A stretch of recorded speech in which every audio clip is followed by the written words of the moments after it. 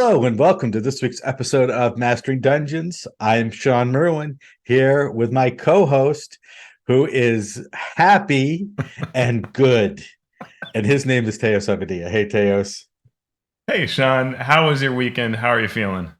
I am happy and good as well.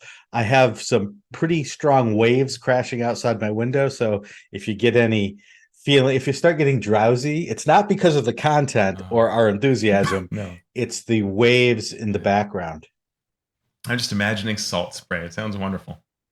Well, it's a freshwater lake, but Still, we could throw some salt in if you'd like. that'd be good. Yeah, thanks. Okay. Awesome. Awesome. Well, we have an exciting show for you today. We do. We got lots of news and we have the finale of our look at the 2014 Dungeon Masters Guide. But first, we do have listeners and we do have fans out there who have some things to say. So we're going to get right to our listener corner. And this listener corner comes from Josh via Patreon. Now, I'm going to sum up part of this because it's a very long question, but I want to get to the gist of it. So Josh begins by talking about this game he's designing, not professionally, but he wants to do it as professional as possible. And he sort of wants to build it so it could be a board game or be the engine for a role-playing game. And he has questions about playtesting. So he asked this, weighing the opportunity to refine the mechanics that are being tested versus my own excitement at adding new mechanics and features that I already have ideas for and plans to incorporate when the time comes. How scientific do I need to be to ensure that the changes in gameplay and that experience and fun are due to the most recent mechanics or math adjustments? How concerned should I be about the jumping complexity between each iteration? I want to stay fairly true to a professional game design ethos, even though I do not plan to publish or sell the game. A big part of the exercise for me is proving to myself that I can make a fun game from scratch and doing a kind of proof of concept that uh, I can even make a game.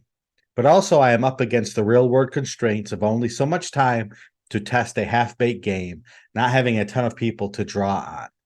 So he says he has a gameplay loop, but he wants to add in some spicy and fun features.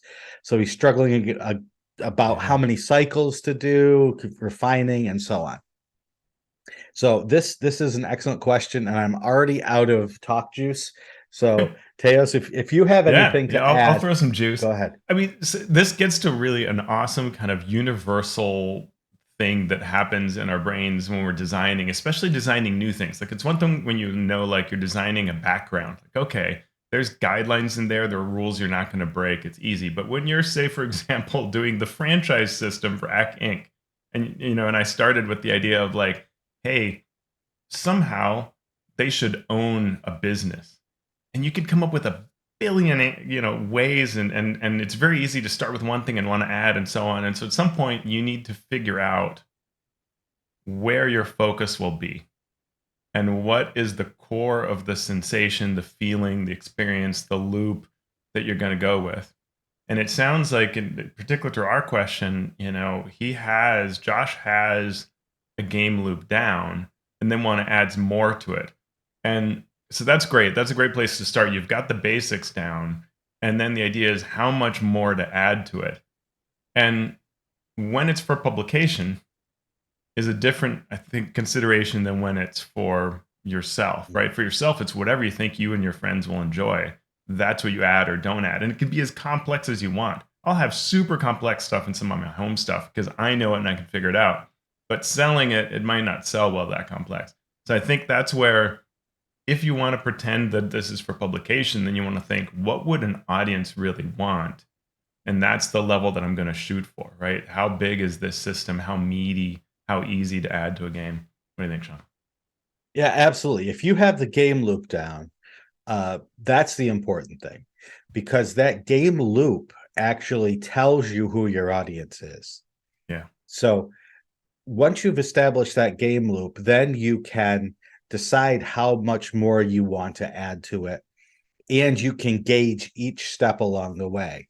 You can say, all right, I have this game loop, but within that game loop, there are components that come in, especially in a role-playing game, right? Mm-hmm. There's the character choices, there's the character options. All of these are feeding into your game loop. So as you design those things that interact with the game loop, you have to keep going back and saying, all right, I designed this game loop for this particular audience, for this particular attention span, for this particular play style. By adding these other things, am I breaking that? You might not be breaking the game itself, Mm-hmm. but you might be breaking the play that you had intended in the beginning. Yeah. So it would be like adding a brand new subsystem to a D&D 5e game that made all the players keep track of another Mm-hmm. thing for their characters, right? Yeah. We're going to add mental hit points, Right. right? Mm-hmm. So now there's one more thing that all the players have to keep track of. There's one more thing that you could damage. There's one more thing that you would need to possibly create conditions for. Is that more fun for the players? Yeah. For a certain segment of players, that definitely would be. Is it more fun for everyone by having one more thing to keep track of? Mm-hmm. Maybe, maybe not. So you would need to play that, and that's where the playtesting comes in. You get a group who is used to the normal system, add this additional system, and then say, did it add a lot of time to your game? Did combats go from taking 10 minutes to 20, 10 minutes to 12, or didn't it change the time at all? Mm-hmm. And then you have to decide, well, did it not change because this group is just super quick and they're so used to the game that keeping track of one more thing wasn't a big deal? Mm-hmm. Or, you know, why did it not change, or why did it change? So all of those questions come into play when you start to tinker with the mechanics, even if you don't tinker with that specific game loop. And I think a good part to add on to that is the idea of if this is a subsystem or is a kind of place of play, like it's, ship combat, or in this case, it's vehicle combat. How long do you want that to intrude in on the normal rules of D&D? And hopefully it doesn't feel like an intrusion, but the longer and more complicated it can be, the more it can feel like an intrusion to where you're playing a different game and not 5e. So if it's a chase system, if it's a system for downtime, if it's those kinds of things, like if it starts to be its own thing, you want to really make sure that that works. Like I always laugh that there have been a number of attempts to build sort of a game that you can use during your D&D game as well, right? So there's been like Tavern Brawlers, which was sort of sold to us as a, hey, if you're ever doing a brawl in your RPG game, you can just play this game instead. But it takes an hour to play that game. And people don't usually want to spend an hour on the brawl. They want to do it in like 15 minutes. But the game isn't 15 minutes long. And so, like sometimes it's too big for what you want out of it. And that's a thing to look at too. And the more that you add complexity, you might be intruding on the rest of the game to the point where your game session is largely this thing, and then maybe that's not satisfying. Yeah. And the last thing to look at is, for a board game, you might not have a big storytelling aspect. It may just be the mechanics of the board game are what happens, right? When you're playing Carcassonne, when you're playing what's the deck building game that you've mentioned before, that Dominion, when you're playing Dominion, right? You're not generally, you can, but generally you're not saying, well, I am the ruler of this land and I am going to put a market here, right? You just play the card and you go. Yeah. When you're playing a role-playing game, when you're making a role-playing game, there's that narrative aspect that you need to consider. And so much of role-playing game design is figuring out, if you have a story happening, then mechanics happening, and then you go back to the story, what's the interplay between those two things? Is it quick? Do you want it to be quick? Does it take a lot of time? Do you want it to take a lot of time? And so creating a game where mechanics, creating a game that can be a board game that also is a role-playing game, you have to always keep that in mind. And that's just one more question you have to ask when you're play testing, to see what your players want in terms of switching from story to mechanics back to story. So one more complicating factor thrown in. Yeah, that's a good one. I haven't thought of that. It's great.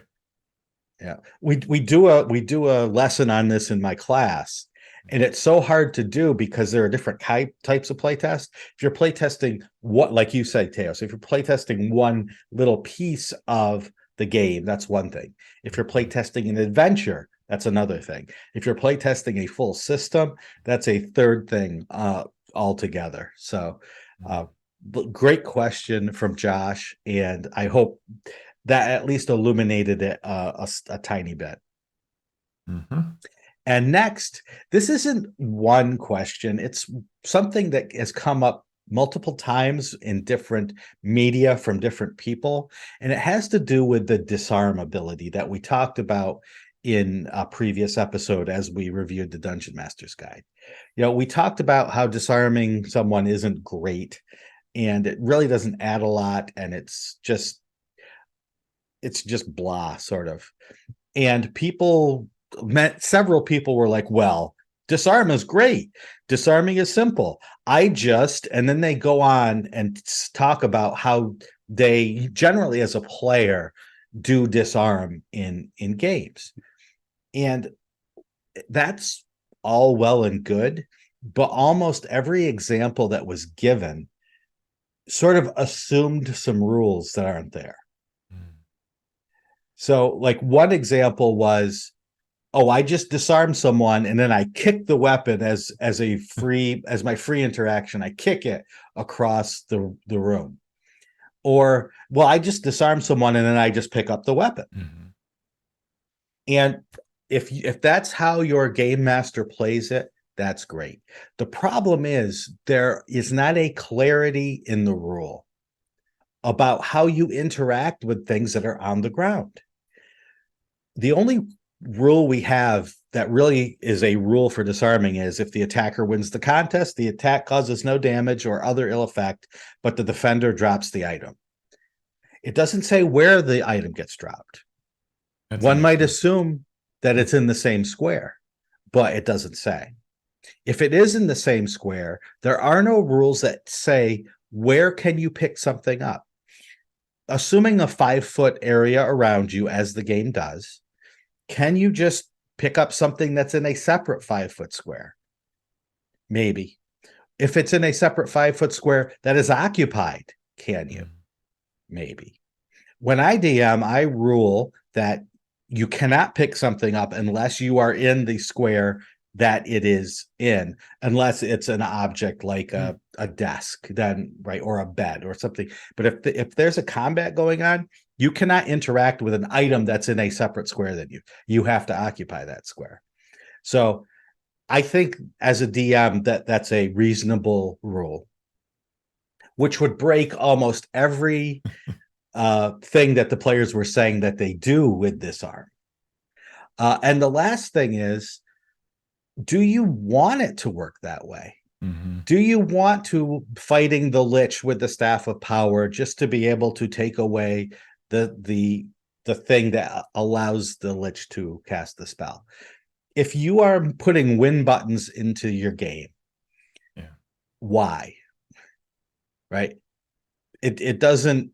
It's not good if we're watching a show or reading a book where, oh, look, the hero just disarmed the villain again, and now that fight's over. Oh, in the climax of the story, oh, he just disarmed the villain again, and now the whole story's over. We would hate that. We would hate that as readers, and I have a feeling that if players think about it, they would hate it as players.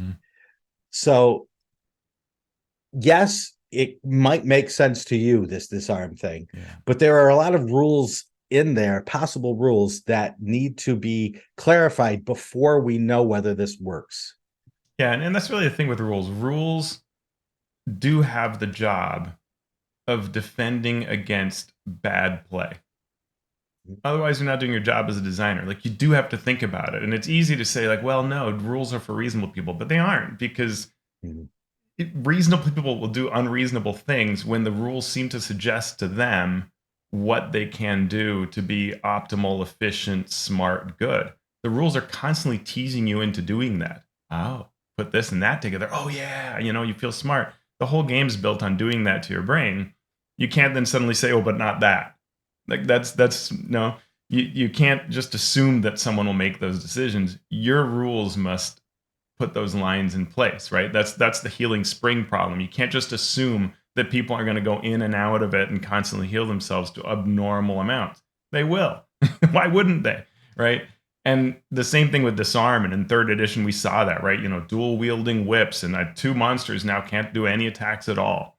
And I've thrown all the weapons way behind me. Like, if you write the rules a certain way, massive abuse happens. And yeah, of course, the problem with Disarm is what you really want is that when you've got to steal the key from the jailer so you can unlock the door, that is super fun to disarm them, grab the key, open the, let the beast out or something. That's amazing. And you'd like that. But if you want to make that rule, you must think, but what happens when they just decide to take the cool item out of every boss monster's hand always? Yep. And you don't want that. And so you've got to write those rules in, or they don't exist. And that's where I think Disarm, thank God it's an optional rule, and isn't that useful. So it sees, it doesn't see heavy use. And that's how you know it's not broken, because people don't run around disarming things in 5th edition. Otherwise, you're playing Disarming and Dragons or Sundering and Dragons instead of Dungeons and Dragons. And so it's in the optional rule, and therefore gets, it gets house ruled, right? So that's where everybody's answer. Yes, that's why it's in the optional rule section. So you can say, well, it works fine in my games because here's what I do, and great. But if they want to move it into standard rules, then they will have to contend with all those issues. Yeah, for sure. Okay, so thank you for all that feedback, folks. And now we will get into our news and commentary section, starting with the D&D community update. It's been a while since we've had one, but we got one just 3 days ago. And what did this community update tell us, Teos? So they start with a image similar to ones they've shown before that has 3 columns of what they already did, what's in progress, what's in the future. And boy, this looks like when I turn in my homework assignments, and I look at all the things I did, and I kind of forget some other stuff that I talked about before, and I just put a lot of stuff in the done column. And I have to remind that this community update page came as part of the whole Creator Summit OGL discussion. And when you look at this graphic, it doesn't feel like that's what it's talking about, which is probably by design. It's like we're forgetting that where this all started, So it's a done list that shows, hey, we localized the SRD in 4 languages, which yay. Playtest packets, okay. I don't think that was part of the assignment for the OGL conversation. Updating AI guidelines, which was a new thing that came out of nowhere. Revising the Glory of the Giants artwork that used AI, and holding a closed alpha playtest for the VTT, which again isn't really kind of, to me, part of what the community update was about, but they're all good things to see done. On that subject of the VTT, I don't know if you saw this, Shawn, but there were a number of videos online talking about having alpha tested, and they tended to be not very positive. Now, maybe that's because that's what YouTube loves algorithmically, but yeah, I was sort of surprised that it didn't sound like there was much other than what was seen during the Creator Summit. Not a lot of functionality, and sort of still the same kind of issues or lack of real substance. So they also counted as a done activity the school kit program, which was done quite some time ago. I will say that if you follow the link, you will note that it actually is open for educators to order the 2023 kit through the customer service request portal. I don't think that's been actually advertised. The previous copies ran out quickly, so if you're running a school program or something, that link in our show notes, it's dndwizards.com/resources/educators. And it seems like a really great program. You can get free access to D&D Beyond for you and your students. You can get free books. You can get stuff. So if you're an educator, if you run an after school program or like a library program or anything like that, please check that out, because it's a great resource. All right. So we know what's done. So what's in progress? The core rulebooks are being updated, Shawn. Really?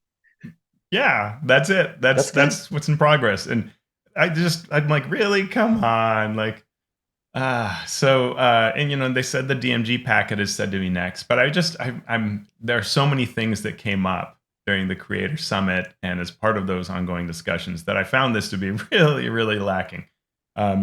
We then have an upcoming section. So there will be a play activity survey, which launches September 25th. That's They today. what's that? Oh That's yeah, today. that's now. Yeah, so that should Hmm. come out, and you should have it by the time you hear this. Hmm. They again say that the 2024 rules will be compatible with 5e and the SRD. The language is similar to some language that's been there before, and a little bit of different in other ways. And one of the things that's questionable about the way the language is parsed is whether they're maybe saying, are they backing off from saying that the 2024 rules will be in the SRD? Because there's like an or clause in there, and so it'll be interesting to watch that, whether they decide, hey, no, we're actually not going to put the update into the SRD. You're just going to make it compatible. So we'll see. They do still intend to share their internal content policy for inclusivity and diversity. I don't know why that's taking so long. Seems really strange because they have to be using it to make these products. And they still say they will review previous editions for inclusion in the Creative Commons. That's been taking a really long time. They recap being at San Diego Comic Con and Gen Con. They make it sound all very, very positive. They will be at Big Bad Con and maybe at Geek Girl Con and PAX Unplugged. They don't show Gamehole Con on there anymore, which is weird because a bunch of their staff are there as special guests. I don't know why they would strip that out. And then they say the Free Lost Mine of Phandelver will be retired now that it's part of Phandelver and Below. And they will provide an intro to Stormwreck Isle, which is sort of two very short encounters. It's been used at various conventions as a play experience. So on October 6th, you'll see that switch. So if you haven't claimed Lost Mine and you want to claim it, run and claim it. And then you will be getting a very, very short Stormwreck Isle intro once that's over. Okay, so you've been keeping a close eye on this. You were at the summit in person back when this whole thing launched. What is it that they might have forgotten? Everything? I mean, there's no mention of any future D&D Creator Summit, and as far as I can tell, there was one WotC staff member that said that it happened, but it didn't happen. There were marketing and partner meetings. There was no Creator Summit. And so I feel like the summit's been completely forgotten. Like WotC's just like, okay, we can move on. And yet, if you look at all of you can look at the same creator or the community update webpage, and it says, "quote This event is only the start of our renewed conversations with content creators, not a one and done." It's looking very one and done, Shawn. Do you think that they're having meetings but not public? Do you think that they're talking with different creators in different spaces? So I do know of some reaching out to creators to solicit advice, but it's at least everything I've heard of has been very much focused on sort of things they're going to be doing, platforms where they'll be selling, things like that. It's not like the conversation that took place with the Creator Summit, and it's not like what's been discussed that they've written about. So I think they should just come out and say it, right? If they don't need any more feedback on these topics, just say it, or say what feedback you are looking for or how you're handling it. But in this case, it feels very one and done. And if it isn't, I don't know what the benefit of hiding that would be. So, okay. yeah. What else have they had in the past and not mentioned now? Well, there are many topics that we brought up during the summit that seem to have gone nowhere, right? No mention of translating the basic rules. So they have the SRD, but the basic rules often get forgotten by the team, and those would be really great to translate. And this was an issue that we brought up a lot at the Creator Summit. No mention of localization of the D&D Beyond interface, so that someone who speaks Spanish or any of the other even major languages could actually operate D&D Beyond effectively. Accessibility was brought up for D&D Beyond, and you don't see much mention of that. There was sort of some mention of it around this new maps that we'll talk about, but nothing actually there for the larger interface. The third-party creator marketplace isn't on the roadmap, and I don't object to that, but it's not there. One would think that this would be a big thing. No mention of retaining dndwizards.com articles or creating a new place for the studio blog or renewing those communications. Nothing around trying to improve partner or freelance relations or creating an on-ramp for designers, which is something that I hear a lot of people continually talking about. Like, that is not an issue where people are feeling like, yes, everything's better, but there's no acknowledgement of it. We've asked for things like, give us those PDF versions of products and the latest Monsters Compendium, which you even pay for. Again, no PDF version. Digital releases can just disappear, or they're solely tied to D&D Beyond account, so that's a problem. And no word of feature parity between the D&D mobile app and the desktop, which was another issue that we'd brought up, because you get not entirely. There are a number of features that you can do on mobile, such as searching within a particular product, that you don't have on the desktop. And they said they would look at that, but that just seems to be all off the radar. Okay. Interesting. We'll see if some of these things are lost to time, or just don't have a focus, or they're mentioned later. Yeah. It'll be interesting to keep an eye on, not just that, but everything that's happening in this lead up to the 2024 book release. Yeah. You mentioned our next bit of news already, that they have released 25 new monsters for the Monstrous Compendium set in Eldraine. So these are monsters in the world of Eldraine, briefly described. Similar releases have been free, but this one on D&D Beyond is $5.99. The monsters range from CR 1/2 up to 18, and 8 of them are Fey, but they all have heavy Fey themes. I didn't buy this, but I've heard people talking about it. What was your thought on this release? Yeah, I mean, I'm hearing positive things, and I looked at it and I enjoyed it. If you like the concept of sort of, Eldraine is a world of storybook castles, fairy tales that was then invaded by the Pyrexians, and now has this terrible wilderness and a sort of undead themed bad people who are trying to create like horrible nightmare world. So those are the mixes going on. So we get creatures like the Ginger Brute, which is a gingerbread man type, person creature that when you destroy it, you can eat it to heal up. There's the candy cane based Sweet Tooth Horror, which if it takes fire damage will release a mesmerizing caramelized smell. That is pretty neat. A many-headed goose, a snapping hydra, which is actually a many-headed turtle, giant wolves that can smell magic and they can reaction teleport bite against a caster, several Fey Knights and evil undead knights, devious witches. Overall, I thought, most of the monsters had something kind of cool to them that I appreciated reading from a design perspective. They have the usual things of they could maybe hit harder. You're not sure that this encounter would be, a challenge using the statistics as they are, but it would certainly be interesting. And so I like that. But there is no PDF or print version available. It's only on D&D Beyond and sort of that, web version with all of its lack of glory, I will say. Yeah. Yeah, it's interesting to me because, I mean, you wrote an article yourself about sales, right, recently, and it got me thinking about how cheap it is to make digital content and how expensive it is to make print content. Yeah. And if you can take something like this that you might have to charge $20 for, if you made it into a book, you can charge $5.99 here, make probably more profit. And the drawback is people who want a physical copy of it can't have it. People who want a PDF version aren't going to be able to get it. So I wonder if this is like an experiment, and to see what the threshold would be especially as you hope to bring in new D&D Beyond subscribers and customers. Yeah, I mean, it's just my sorrow is always down the road, right? Where I can pull up Temple of Elemental Evil from AD&D, and I can pull up 4E Dungeons and Dragon magazines, even though they were on a digital location, PDFs were available, and so I could get that.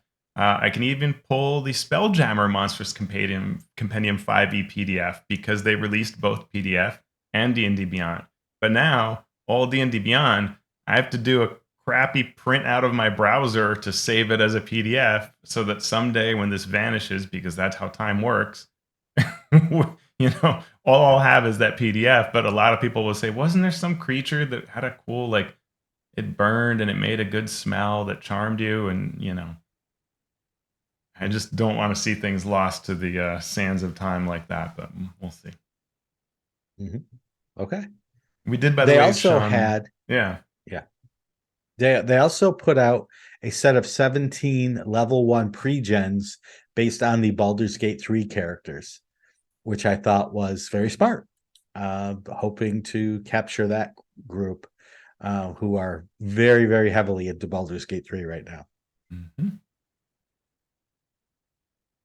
We also got a surprise on D&D Beyond, one might say delightful surprise. Yeah. Something called maps. Not just maps, but a completely unrelated to the 3D virtual tabletop, 2D virtual tabletop. It's in its alpha state, and it's drawn comparisons to the initial version of Owlbear Rodeo, if you're familiar with that, where you can drop in maps from D&D products, including ones that are pre-built in the maps section of D&D Beyond, upload your own, add tokens from D&D Beyond Monsters, link a campaign to it to pull in images, use the tokens if you have characters attached to your campaign. Linked character sheets show roles in the map's game log. There was a Fog of War tool available, and I only spent about 5 minutes looking at this, and I was so happy. Yeah. This is what I would have wanted 10 years ago. Because as I was going through all these different tools, Fantasy Grounds, Roll20, and all the ones that were available at that time, all I was thinking was, I just want to pull in a map and add tokens to it that people can move around the board. That's all I want. I don't want anything else. I don't need anything else. That's just me. But and here it is 10 years later, but by golly, we've got it. Yeah, I mean, it is really interesting. I mean, yeah, you could do this in map tools. You could do it in so many different places back in time. But I think what makes this really fascinating is not its functionality, though it seems to work generally pretty well. Sometimes you have to refresh the browser for no particular reason, but it's that it's going to be, I think, pretty compelling in that when you now buy Phandelver and Below, well, all those maps are available in this maps VTT. And so if you run a campaign, you can link your characters and that are in that campaign to this, and then they can roll on the character sheet and see all those shiny digital dice they may have purchased. And then I think I got a bunch of them free, thank you, D&D Beyond. So like when I roll a 20, Thumberchod the dragon comes and eats the 20. Yep. So as a player, I get to enjoy that. No one else sees that. But then on the game log, they'll see that I rolled a 20. And if you're the DM and you want to use the encounter builder, you can from there link that and roll through the monsters. And if you didn't do that, you could link your campaign to Discord with the Avray bot. And then when you roll using the Avray bot, that would show the results of the monster rolls in the game log. So there are a couple of different ways to do that. It's not amazing, like the Fog of War sitting there trying to get every little square is kind of annoying, but they have a whole change log of things they're going to be changing. And I did a walkthrough video, which a lot of folks have clicked on. So I think there's a high degree of interest in seeing where this goes. I agree. And it makes me wonder how necessary the 3D virtual tabletop is. Yeah. There are obviously people that would love it, Mhm. but I am of an audience where I don't need all that fancy stuff. I still want to tell stories verbally and interact in that way. And so it Yeah. obviously we were shocked when this came out because no one that I knew was expecting this Yeah. to drop, and then there it was. Yeah, I'm surprised it got approved eternally. But I think it is smart to do this. I think it is actually very good to start pulling people into this idea of like, hey, live in D&D Beyond, use maps in D&D Beyond, and hey, then when we have the VTT, we'll try to talk you into that one. Um, I share your concerns, and I think a lot of people do, as to whether you really want a 3D VTT. I think that I'm in general, even the Owlbear Rodeo type approach or Roll20 or Fantasy Grounds, there's something about when you use miniatures as a placeholder, even when you have immersive things like Dwarven Forge terrain, you still really know that it's representative and that your imagination and what the DM is describing and the player is describing occupies the real space of the game. Mhm. And there's something about looking at the screen that I think really colors, to me, the experience. I don't know why it functions differently in my brain, but it does. It's like when you read a book and you imagine the characters, and you see the movie and you can't unsee the movie version, right? Something Mhm. about the screen does that to me in a way that minis on the table don't. I can play with minis on the table and I see a reality in my mind that isn't what's on the table, but Mhm. feeds off of it, you know, if that makes sense. Yeah, yeah. Yeah. Yeah, so we'll keep an eye on that to see updates and how it may change people's view of D&D Beyond, and how it's used. We have episode 1 of Acquisitions Incorporated season 2. Then they did a Kickstarter for it. The new season has now dropped. We have Chris Perkins back DMing the group through a very fun adventure with a nice, cool set in the background. I have not seen it yet, but I have been waiting with anticipation to see it, and now I will get my chance. I assume you've seen a bit of it, I Teos? did watch it. I enjoyed it greatly. It's not super long. It's a nice episode. The set looks nice. It feels a little bit like that one Matt Mercer did with the Waterdeep campaign, where they kind of add sound effects, you know, and they do Chris's voice when he speaks in Goblin. It'll get a little sound effect added to it. Stuff. It's kind of fun. But yeah, it was a great episode. I really enjoyed it. Awesome. And finally, our creator and crowdfunding news. We have Alan Tucker, friend of the show, releasing the Eye of Everywhere. If you want to mix your chocolate and your peanut butter, Alan adds sci-fi to your 5e or your Pathfinder game. This has new classes and ancestries, new factions, lore, gear, and a lot more. And you can go to Kickstarter and look up the Eye of Everywhere. Awesome. That is our news section for today.